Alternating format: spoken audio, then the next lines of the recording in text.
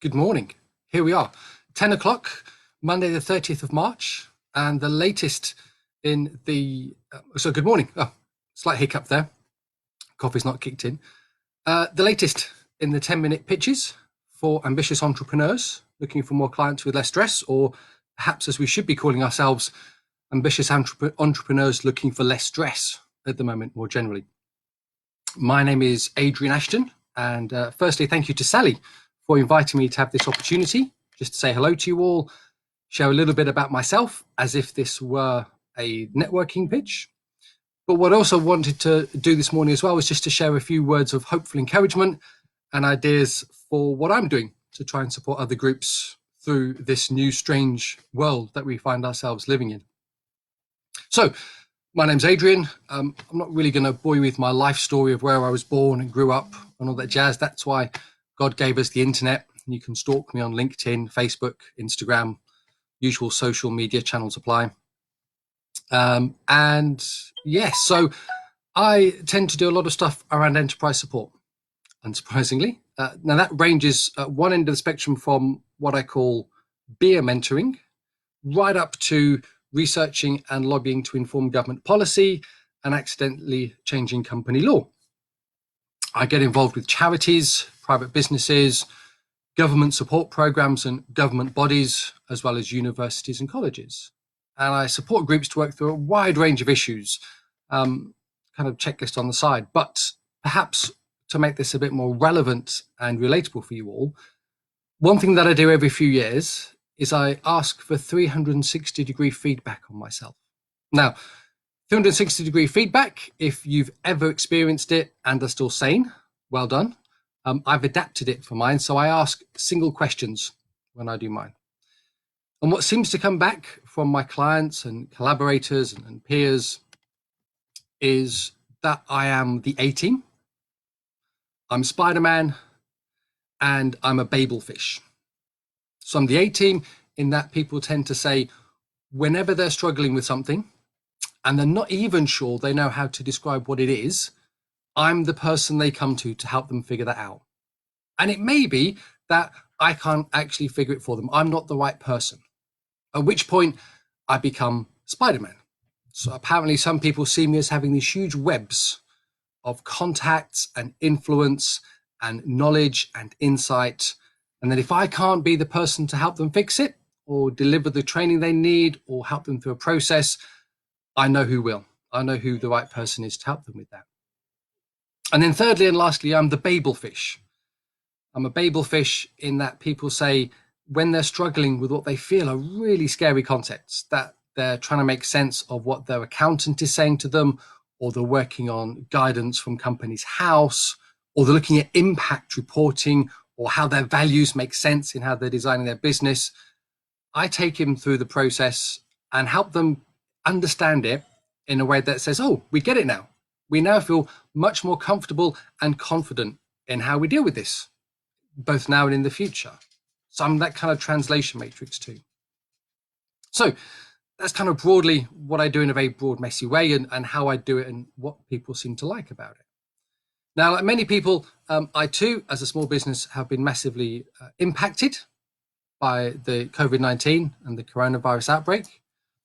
By the end of, well, before the country went on to effective lockdown, I had seen all of my client work for the coming year cancelled or indefinitely postponed, which is a very large 5-figure sum.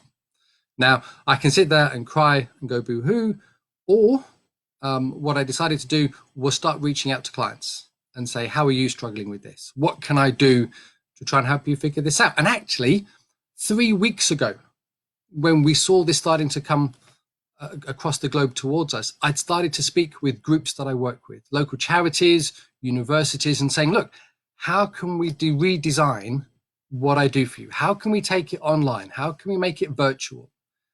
How can we introduce you to new systems and processes so that you can keep doing assessments? You can keep helping people design processes and systems and work things out. And at the time, people were saying, no, we'll be fine. We'll be fine. But then about a week ago, once the initial kind of panic had hit and started to subside, everyone starts coming back. So you seem to know about this. So I'm currently working with different universities, training bodies, groups as well. At the moment, it's largely goodwill and karma points because, look, I've got this time. Let's do something useful and productive with it to help them rethink how they recreate what they offer, how they can keep going. I'm also then spending time with charities that I used to work with and cooperatives, helping to try and influence and shape and develop new support in emergency funding packages for them, and then share that out with people as well. So just as businesses are saying we've got our business rates grant, and employers are saying we've got some support for employees, and the self-employed like me are saying we've got something now, then what about charities? Because charities are actually falling through the net on a lot of these things. So I'm trying to make sure that we don't have any gaps starting to emerge as far as possible. We do what we can.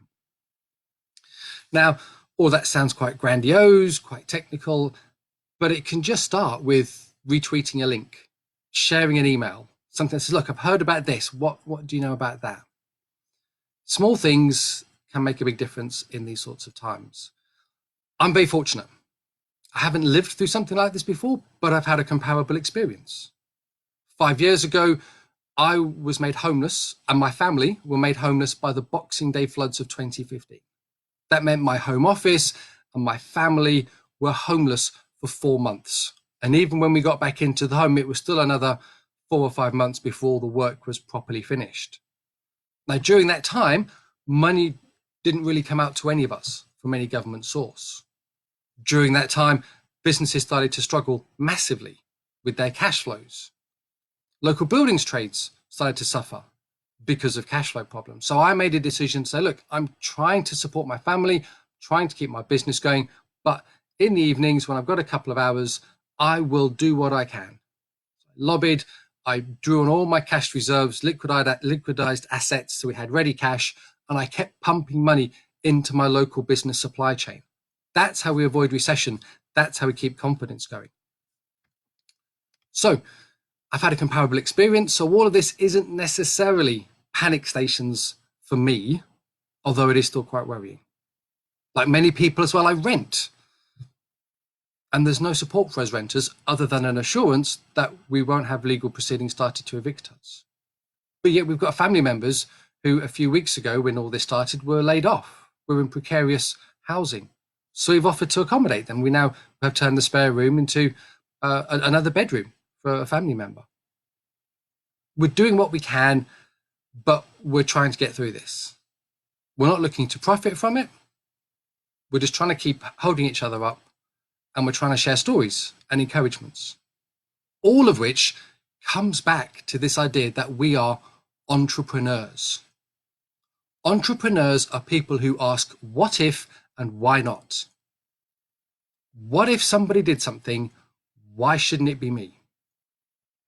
We can make the change. We have a spirit of creativity, of inquisitiveness, of trying out new things, of provoking, of experimenting. This is what we need to keep doing as entrepreneurs, taking all those lessons, those experiences we've had when we've been working and supporting businesses and educational bodies and government programs, and now just putting it through a different lens.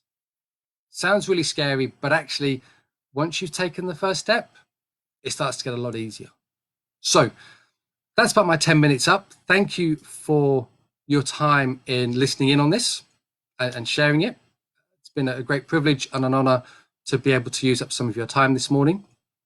Back to Sally, who will pick up comments, I'm sure, in the post to this. I'm also happy if you want to reach out to me through any of the social media channels to offer to have a chat, to share some of the information and these links and guides that I'm managing to collate and share on if they would be useful for you or some of your communities as well. Meanwhile, stay safe and just